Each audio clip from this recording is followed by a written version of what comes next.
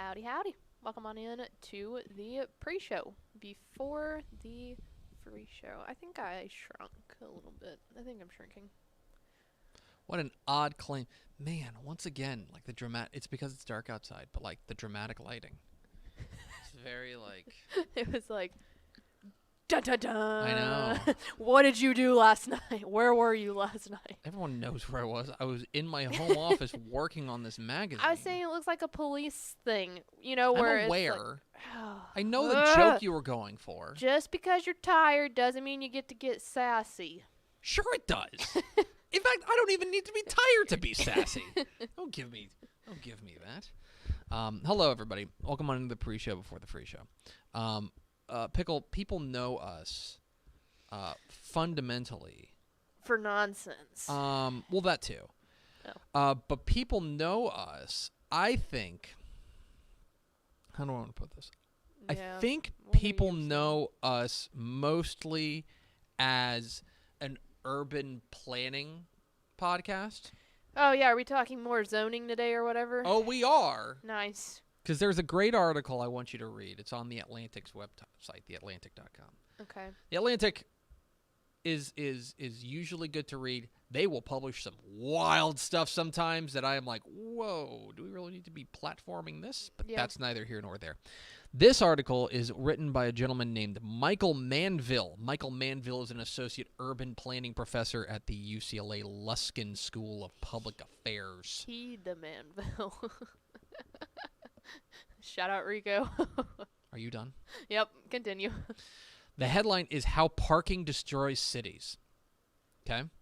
Huh. And it basically goes through something we were talking about whenever I told you about the book that I read called Strong Towns, about how one of the things that really we have basically made cities for cars and not people. Fact. And Well, it depends on where you're at, but in Texas, I would say that that's definitely a fact. I would say in a lot of most in suburbia. Suburbia, Most yes. certainly Okay. we have made cities for cars The and cul-de-sac not people. crew. And I would just say strip mall stuff like that. Oh, yeah. Because I want you to think about, and we're just so used to it, but like think about our building complex. We're here. We have this giant dome that Dave Campbell's owns. The Dave Campbell Dome. The Dave Campbell Dome. No, we are in a we're in like Dome. like a business park, right? I think there's Yes. 4 buildings here. And then it's surrounding and then a bunch of parking. Yeah. Think about how much parking we have here. A ton. Do you know why? It's not because like the builders felt like we should just build this much parking. Yeah. There are parking requirements like in zoning laws and zoning rules. Oh, okay. And like for example, he makes a great point. Blah blah blah blah blah. That is okay. a fantastic point. Cars revolutionized transportation by promising not just speed but autonomy. Cars let you go wherever you want, whenever you want, by yourself and by a route of your choosing. Yes. But that promise is only fulfilled if everywhere you go has a place to store the car whenever you arrive. A train drops a passenger off and keeps going. A driver drops a car off and keeps going. And there's a huge difference there. Cities designed for cars must set aside space to wait for cars, space to hold them while they wait for their drivers to come back. It seems very basic, but think about how much parking we have in this country. Yeah. There was actually a great podcast on it was I believe the Freakonomics podcast did this a couple of years ago. Have you read the Freakonomics book? Yeah, both. So good. They're really interesting. But there were two and one of the Freakonomics podcasts was about how the problem in America is or one of the problems here in America is we have way too much parking and it's all free. Like free parking is a big problem because it does all it does is just say, yeah, bring your car. Like it's fine. We'll just store it. So in the end, what happens, the reason that your house the reason that housing is so expensive is because we're running out of space, running out of land, and we don't need to. Somebody this flabbergasted me. And now Los Angeles is not a great avatar for the rest of America, but go with me here, right? Okay. In downtown LA, parking usually costs developers more than $50,000 per space to build. Wow. Walt Disney Concert Hall, a cultural landmark that is home to the Los Angeles Philharmonic, cost $274 million to build. Okay. Just the parking lot. No. No, That's no. the whole thing. Okay. The Walt Disney Concert Hall. Of that total, the underground parking structure, which is not a cultural landmark, it's an underground parking structure, accounted for $100 million. Wow. Okay. And because of that, cities get more driving, less housing, and less of everything that makes urbanity worth it. Anyway, it's a super interesting article that I read today. It's not a long article. It'll take 10 minutes to read. It's called "How Parking Destroys Cities." That's crazy. It's really interesting. And it's one of those. Are you familiar with the podcast 99% Invisible? Yes, Okay. I've heard of it. I haven't listened to it, but I have heard of it. 99% Invisible is about like design and things that you don't notice and things like that. And Right. It's like about all the things that we just don't even think about. Yeah, because we And- just park. Like right. you don't and think you never about that. think about you never think about parking because it's just like There's just parking. it's just there. But like, how often do you see, like, think about the strip mall down the road? Mm-hmm. How often do you see that 100% full? Never. I mean, Ever? even our office thing. Yeah. There are so many office buildings here and a massive parking spot, but realistically, there's like one little section by like where Mm-hmm. we're at that is full, and then it's just open spaces, like literally the whole rest like, of the lot. and that's the thing. Like, you can't tell me that's the best use of that space. No, it's And like, not. we could be using that to, I don't know, have another business that could drive some tax revenue. And, Yeah. make But us then see it just better. gets so complicated because it's like when you. Oh, there's no going back. No, because how much I would be interested to take it a step further and see how much money it would cost to obviously think about the cost of having to build public transit systems to make up for the parking thing. And it's like, no, we dug a hole and now we lie in it type of thing because there's no going back. No. It's really, really interesting. And they mentioned there was something like many mayors today declare their support for walkable downtowns and affordable units. But cities are built at the parcel, not from the mayor's podium. And parcel by parcel, the zoning code quietly undermines the mayor's grand vision. Very interesting. That is great article very- about these. I wonder if parking. Like urban planning is like a weird like. were you like, supposed to be a city planner I in don't another know. life? Because I don't know. But you it's like a weird, nerd out on It's like a this weird stuff. hobby of mine, and I think it's because like we all live in cities, and we all like Right. it's something that we have our own like mind frame from, and I think we all know like what types of cities we like. Right. You know what I mean? And it's like Well, and it's super weird too for like a person like me that grew up in country where you have to drive everywhere because everything's so spread out. It's really cool now to take the perspective of living in the DFW for like 6 years now compared to my time down there and just how different everything is. just very interesting. Anyway, the article is called "How Parking Destroys Cities." It's on theatlantic.com. All right, hit the theme expo.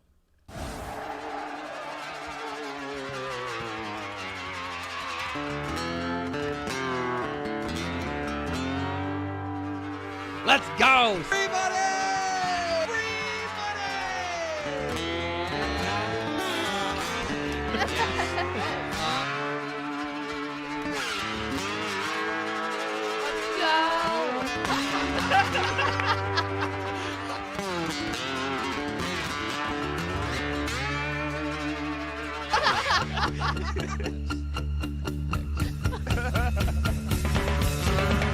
Hey, how to sing the blues, baby.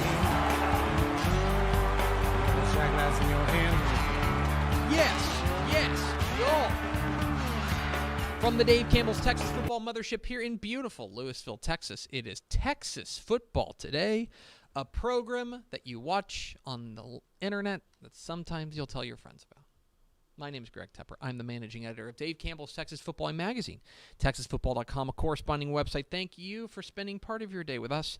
Whether you're watching us live at TexasFootball.com or on Facebook or listen to us on the podcast, which you can subscribe to on the podcast vendor of your choice.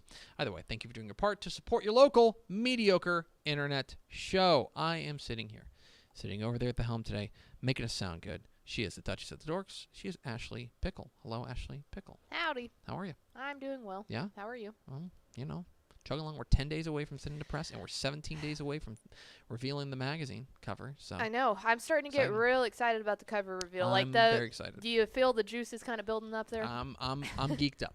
I'm pretty geeked up. Yeah. It's going to be a lot of fun. Today is Tuesday, May 18th, 2020. 191 days till Thanksgiving.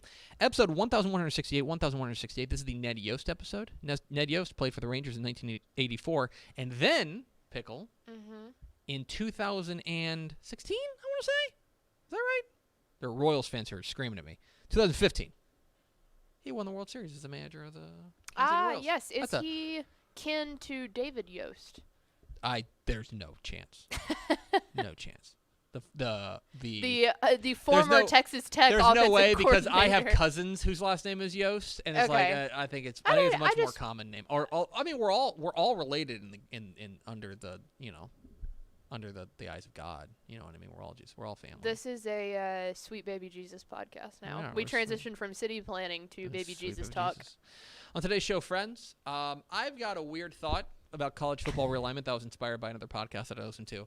So we're gonna riff on that for a little bit. On the heels of Sam Houston winning the FCS National Championship, I will ask the question, are we missing a tier of college football? We'll talk about that. Let that sink in for a second. Kick that around a little bit. And then back half of the show, we're continuing our series of State of the Program addresses. And we will hear from Billy Embody. He is the proprietor, writer, editor, owner, Grand Poobah over at ponystampede.com. Talk some SMU. He's on the podcast. Yeah. What did I say? I think it's, from what I saw, he's at 24/7 Sports and then the Pony Stampede podcast. Yeah, I think he also writes for the ponystampede.com. Oh, nice. So there you go, ponystampede.com. I'm sure they have a podcast. I'm sure it's great. I have not listened to it. I'm sorry, Billy. But we will. But photostampede.com, Billy Embody is going to come on. We're going to talk some SMU football coming up here in just a little bit if you stick with us. Do we have first four through the door? We sure do. Do we have tenses are important? We sure do. It was Daniel Agnew, Rob Hadaway, Coach Terry Crawford, and Tanner Solis. Welcome in, fellas. Coach Terry Crawford's in the building. I should probably try. Okay. A lot of pressure out there from Abbott, Texas. All right. So this is the land of champions. Okay. Sam Houston is the latest and greatest national champion here in the state of Texas. Go Bearcats. They won the FCS National Championship on Sunday, defeating South Dakota State in a thriller. Talked all about it yesterday with Shahan J. Roger, who was there. And coming off of their win, and coming off of how really impressive that program has been for a long time. One thing that I couldn't I went back to a podcast that I listened to last week. It's by the gentleman, the folks at Split Zone Duo. Split Zone Duo is an excellent college football podcast. Alex Kirshner, Richard Johnson, and Stephen Godfrey, our buddy, do that podcast, and it's an excellent podcast, worth your time. And one thing that they kicked around, because they were talking a little bit about the going into the game, South Dakota State and Sam Houston. And they were talking about how these are two programs that really feel like they're of different mindsets. And the way that they described it is that South Dakota State has kind of carved out a niche for themselves. They know what they are. They are an FCS powerhouse. They want to contend for the FCS national title. They want to beat North Dakota State. And they are happy right there. With that being their ceiling. Right there. Their lot in life is we are an FCS powerhouse. That's us. Sam Houston has always been a striver. They've always been, what is the next rung? What is the next thing that we can do? How can we grow? How can we build? You can just take a look at how they've made their leap. From, in 1983, they were in the NAIA. They're still in the NAIA. 1984, they moved up to FCS, to the Gulf Star Conference. Right. Then they moved on to the Southland Conference, and now they're moving on to the WAC, the Western Athletic Conference. Now, I don't know what the future holds for the WAC. I don't know. But if you remember, that is a former FBS conference. Yes. That is being reconstituted as an FCS conference, is what it is. And it got me thinking about some of, and they made the point on Split Zone Duo that all anybody wants to do is have something to strive for, have something to get excited about, have something to reach for. Mm-hmm. And Sam Houston, obviously, as national champions, they have that. But they are also a program that, over the course of their history, they have wanted to grow and wanted to build. Right. I'm not here to suggest that they're going to make the leap to FBS. Mm-mm. What I am here to suggest, though, is I wonder if there is a tier of college football that we are missing. Here's what I mean by that. How many teams, realistically, let's be honest with each other and talk about the college football in a real, like, bare bones, no pretense way. Okay. How many teams have a chance of winning the national championship next year in FBS college football? Have a legitimate shot.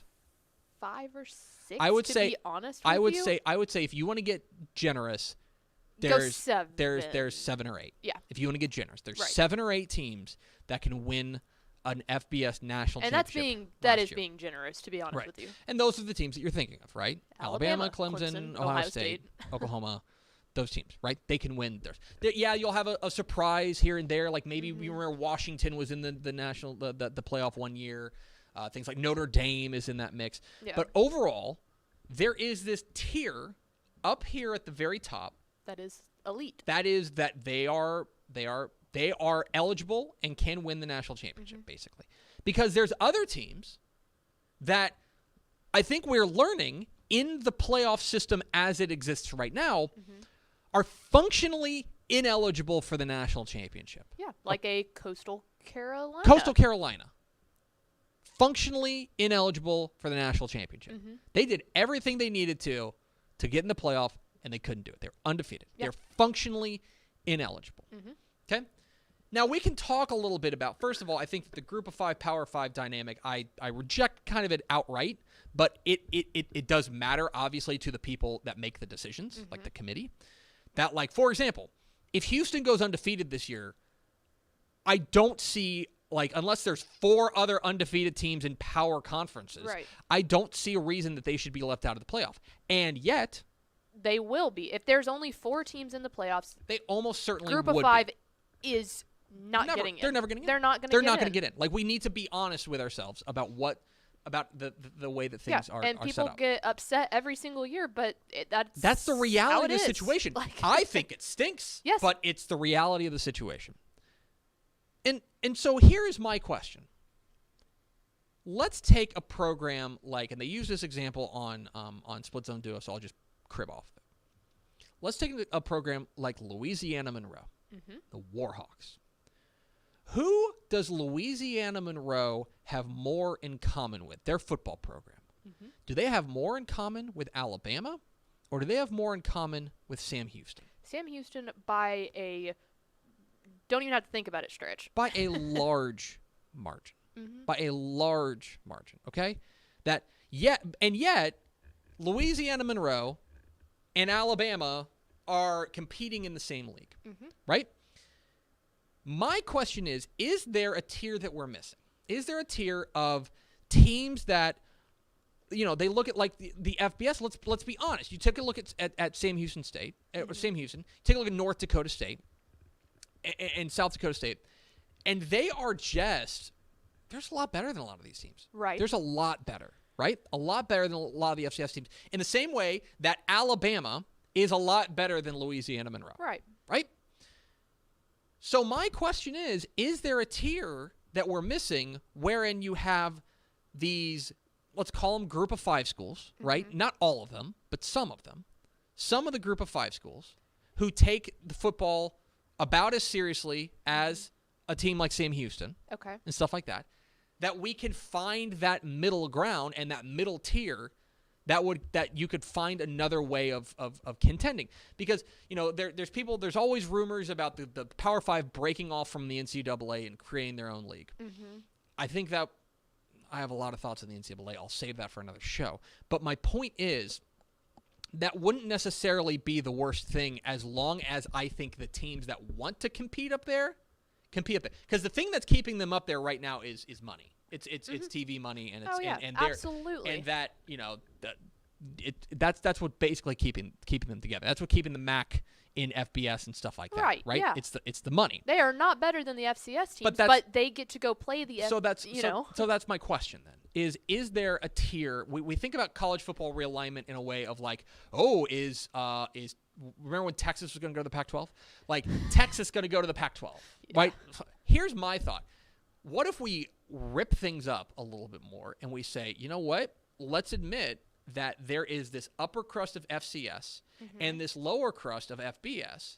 And what if we found a way to contend there? We were talking yesterday, you and I were talking about soccer. Yes. One of the things I think European soccer does very, very well is promotion, constant movement. promotion and relegation, right? The idea that you will land where you can be the most competitive and stuff like that.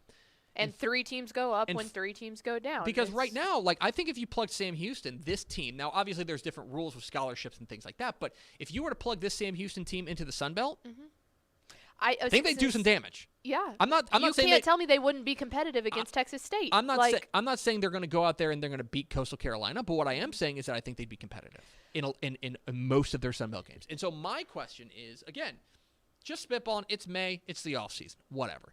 Is there a tier of college football that we're missing? But let me play devil's advocate real fast, just for the sake of argument.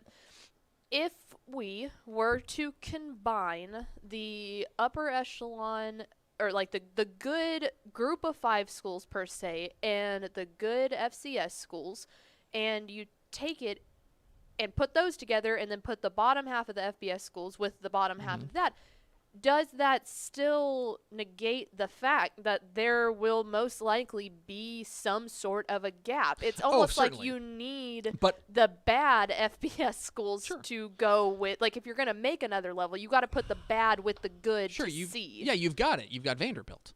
Yeah. Right? Like, I'm just and that's why, first of all, I go back to the Power 5 thing. Like, but then that almost just seems like that's just group of 5 still. Houston is, in my mind, a Power 5 team. You know what I mean? But my thing is, why are we pretending? Why are we pretending that Louisiana Monroe can win the national championship when even if they go 13-0 and win the Sun Belt? Right. So are you saying more along the lines? What if you left an FCS rank and then you actually took the split of group of 5 and Power 5 and actually made that split? Is that kind of I think the thought process I think that the splits right now are so harsh and so firm that there does need to be a cut, hard cut. I think there needs to be some sort of and they get their own playoff. Some sort of in between. That I think that, I would love to see Sam Houston play against some of these FBS teams because I think they contend. And I think that would give every team something to strive for. That Louisiana Monroe could then go for a national championship in that regard. And again, the one thing keeping them there is not because they just love football so gosh darn much. It's the money aspect. And I don't know. It was something it's like that it was Conference USA teams. It was a good conversation. Would have something to compete for. On Split Zone Duo, which is an excellent podcast that you should listen to. And it just got me thinking. Watching Sam Houston win a national championship on Sunday got me thinking about how this is a program that's obviously on the rise and takes football extremely seriously and has always been a striver. Is there another level for them? And what does that look like if we are going to blow up the NCAA, which we should? I like Matthew McSpadden's point. What about a bilineal realignment like the UIL does? I think that's great. I love that. I think that's great too. But the thing again, it's this is fun to talk about, but like in the end, happen. it's going to come down to contracts, which is just like TV contracts, which is not something we can do. Although, I don't know. I think ESPN kind of cuts the legs out from underneath their own programming because I think that they have a lot of FCS content. They own the rights to the FCS and they kind of bury it on ESPN Plus. And I'm like, I think that hopefully I haven't seen the ratings, but I hope that Sam Houston and South Dakota State spiked a big rating because I hope people realize. And Bill Connolly's got a great piece on ESPN.com about this, about how I think people realize that like if you watch small college football, like it will make you a bigger college football fan, and it'll make you appreciate even more when you're watching Alabama versus Auburn or something like that. You know what I mean? You're watching A&M versus LSU. Like you'll appreciate it more, by watching great small college football as well. Anyway, that's just a thought that I had going through my brain, so I thought we'd do a segment about it. We're at Texas Football Today. We're here every weekday at noon on TexasFootball.com, talking football in the Lone Star State. You can follow us on Twitter at DCTF, like us on Facebook, Facebook.com/Dave Campbell's. Follow us on Instagram, Instagram.com/Dave Campbell's, and of course, see us at TexasFootball.com. TexasFootball.com is where you can find complete coverage of high school football, college football, and recruiting, all across the Lone Star State. I want to invite you to become a Dave Campbell's Texas Football Insider at texasfootball.com/subscribe. 2 magazines, a year's worth of exclusive online content at texasfootball.com. If you want the 2021 summer edition of Dave Campbell's Texas Football mailed directly to you in your mailbox before it hits newsstands, become a Dave Campbell's Texas Football Insider at texasfootball.com/subscribe. We've also got a lot of other great stuff for insiders, including a new episode of Tep and Step, our premium high school football podcast. Step and I recorded it yesterday, and we handed out the Steppy Awards. Yes. And the Dundies. We handed out our Dundies. And we also picked our sleepers. People love sleepers, so we picked our Texas high school football sleepers for 2021. We're going on record. We each picked 4 teams that we're really, really big on heading into 2021. So you can check that out at texasfootball.com/subscribe. New episode of Tep and Step for insiders only. Pickle, let's go to the hotline. We are continuing our series of State of the Program addresses by talking with some of the best and brightest minds around the state. We are joined on the phone line now. From ponystampede.com and 24/7, it's Billy Embody. Billy, how are you? Doing well, guys. How are you? Doing excellent. Appreciate your time to come on here and talk a little bit of SMU football. I'll start rather vague, kind of purposefully vague here. From where you sit, what is the state of the program at SMU right now?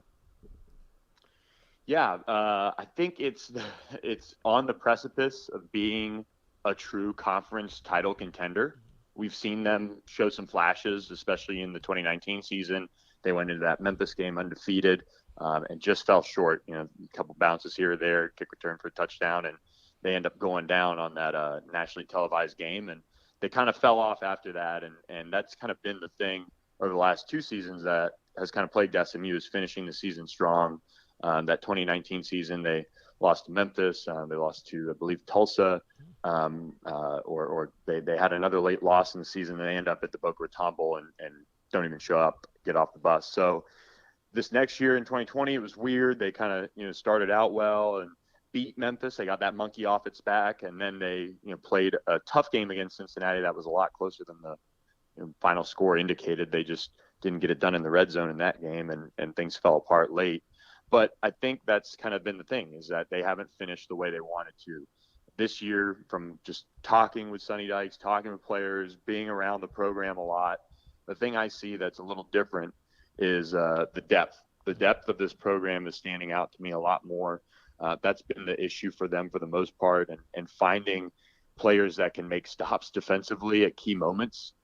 They've done it in spurts. And so I think right now they're on the precipice of being a conference title contender, and they just got to get over that hump.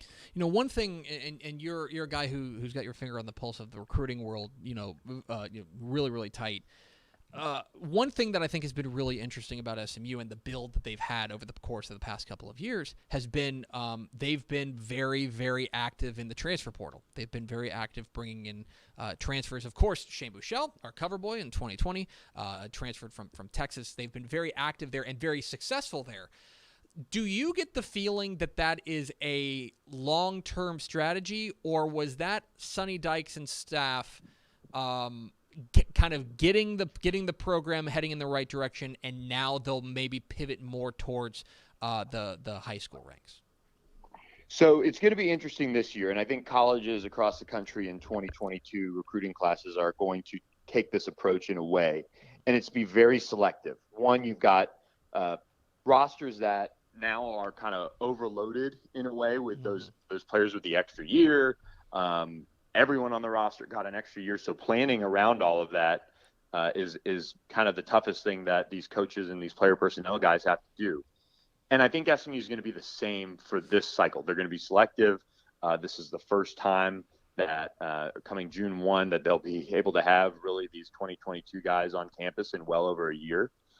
SMU really likes to know the players they're recruiting well. They want to be verified in their measurements and do all of that stuff. And we haven't had that across the board. And so I think if you take out the 2022 class that they're going to have to be selective on to kind of try to not have some of these misses that I think we're going to see nationally, they're going to be selective and they're going to have a small class. When they get past this cycle, I think you're going to see it pick back up. Mm-hmm. And it'll finally be a roster that's all Sonny Dykes players. I think this is the last year that there should be kind of some holdovers here or there, especially with the extra year. So I think they're going to get into more of the high school recruiting in a way, but this transfer portal, I mean, this is going to become the norm in college football.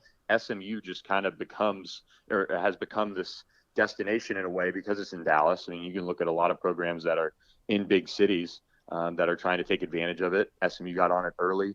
I think it's a good model for the program. There's nothing wrong with somebody bouncing back elsewhere. I mean, if Reggie Robertson's healthy the last 2 years, there's no way he's coming back for the 2021 season. He's in the NFL. So, I mean, those are just, a couple examples. Shane Buechele didn't use his extra year. Kylan Granson didn't use his extra year. Even Brandon Stevens didn't use his extra year, and he's only been at corner for 2 years. So this is a program that's taken these bounce backs, whether it be transfers or transfers early in their careers or transfers late in their careers, and they're making them into NFL players too. So I think it's working well. We're talking with Billy Embody of PonyStampede.com here on the SMU State of the Program address here on Texas Football Today. Get involved in the conversation, hashtag TF Today. Let's start on the place on the side with that I feel like nobody ever talks about, which is the SMU defense. Well, because the offense, of course, gets a lot of attention. But the defense has been, as good as this program has been in the Sonny Dykes era, the defense has been a problem. It's been a bugaboo. It's kind of held them back. In steps Jim Leavitt to be defensive coordinator, taking over a defense that is in need of an overhaul, especially I would say in up front and maybe in the secondary.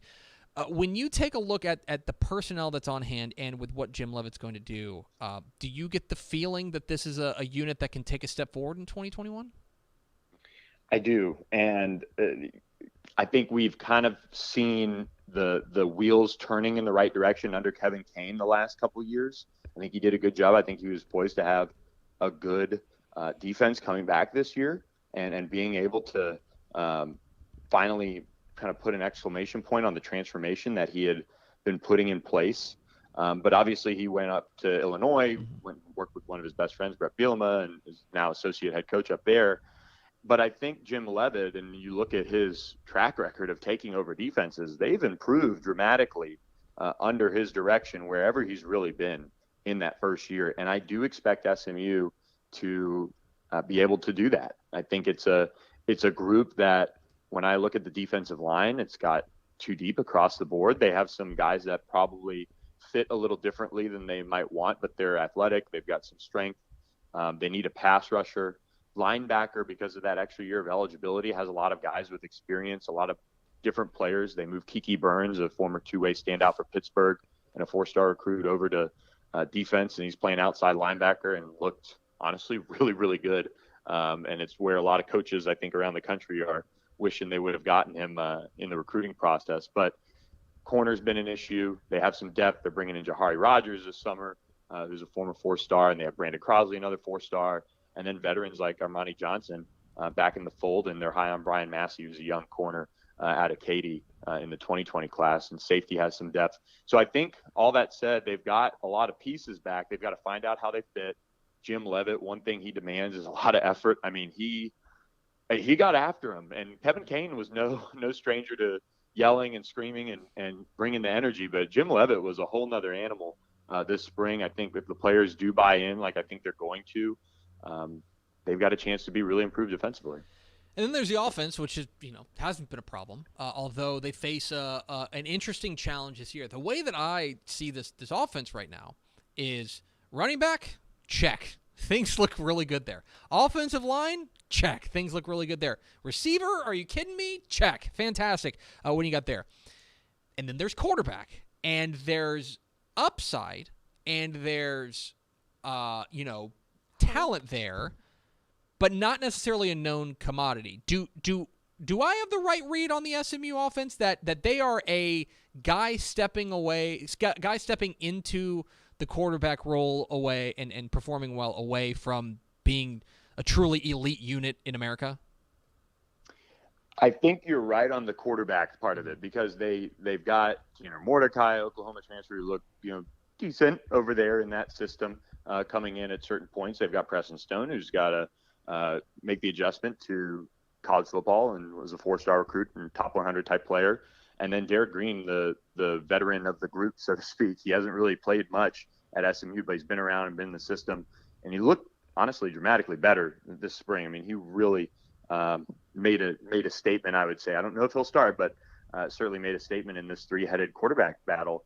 But I'll say this. The running back room is interesting. You had Ulysses Bentley, who was freshman All-American, had some really big games, but then he had his moments where he just kind of disappeared, hit a little bit of a wall, I think. And that's kind of natural in a young running back. But he missed TJ McDaniel, who really set him up well early in the season. Went down with a season-ending leg injury. When TJ would come in and kind of pound the defense early, Ulysses would bring the speed, and they would kind of be off and running, and that they lost that. And that, at that same game, TJ McDaniel went down, Reggie Robertson went down. So things really changed against Memphis for SMU in their season. And I'll say that Trey Siggers is North Texas transfer that they're going to bring in this summer. They feel really good about him. So the running back room has some depth. Tyler Levine's a former walk-on who built like a truck. And then offensive line, I think, is too deep, and they're competitive. And there's guys that have started. I was doing a preview actually on this today, and Hayden Howerton and Alana Lee have started, I believe, about 40 games for SMU over the last 5 years. And they're two players that could very well be either moved to another position on the offensive line or just lose their starting job. There's young linemen like Marcus Bryant, Branson Hickman, some of these other guys that are coming up pushing. So that goes back to the depth. So this offense, it needs to be more physical. It needs to be more relied upon when it's 3rd and 1. You got to get a yard. They've got to be able to do that. The quarterback play will certainly help in that regard. And they've got some wild cards like Grant Calcaterra, the former Oklahoma tight end who transferred in after sitting out a year of football. That if he pans out, he'll be really good. So this offense has a lot of pieces. Again, it's just, will it all come together like it has the last 2 years? He's Billy Embody. He is of ponystampede.com. You can follow him on Twitter at Billy Embody. Billy, appreciate your time, my friend, and appreciate the insights. Anytime. Thanks for having me, guys. There he goes, Billy Embody of ponystampede.com. You can check out his fine work there, part of the 24/7 Sports Network, and obviously pretty bullish on SMU as we are. Defense got to take a step forward, got to find a quarterback, but the pieces are there for a run, and I do think the athletic, the AAC, the athletic, the American Athletic Conference, the American. There we go. I think the American is going to be probably better in 2021. As a whole, I would agree. As a whole, I think they're going to. I think that the tide is going to be rising there, but I think SMU's part of that, and I think that the quality of play there in the American is increasing, and SMU is kind of increasing with it. Is this the breakthrough year? Again, there's so much potential in that quarterback room, right? Yeah. With Tanner Mordecai, of course, the Hewitt Midway product, and then Preston Stone, the blue chipper freshman out of Parish Episcopal. Can one of those guys take over the big shoes that were filled by Shane Buechele? Yeah. And step in and make this program keep it on the upward trajectory. Be very interesting to watch. I think SMU is one of the most interesting teams heading into 2021. We appreciate Billy Embody of ponystampede.com for being our guest. Let's go over to Ashley Pickle, to the jar, for America's second favorite segment. Final thoughts. Just wanted to, so there's no games tonight on Texan Live, but I wanted to remind all the people that have asked for the whole time I've been here about baseball coverage stuff that we are getting into the weeds of baseball playoff season. So regional quarterfinal games for softball and baseball happening Wednesday, Thursday, Friday, and Saturday all this week. We're getting real close to state. So those are some really, really good games that you can watch on TexanLive.com. So definitely check those out. Baseball playoffs on TexanLive.com. It's going to be a lot of fun there. Yeah. Okay, cool. We're getting into the way depths. Really good games. You got anything for me else? For you? Yeah, for me. No. You good? Yeah. It's going to do it for us. Thanks for spending a little bit of your day with us. Follow us on Twitter at DCTF. Like us on Facebook. Facebook.com/Dave Campbell's. Follow us on Instagram. Instagram.com/Dave Campbell's. And, of course, see us at TexasFootball.com. Thanks again to Billy Embody of PonyStampede.com for being our guest. For Ashley Pickle, I'm Greg Tepper. Vince Young, please get your Player of the Year trophy. We'll see you tomorrow on Texas Football Today.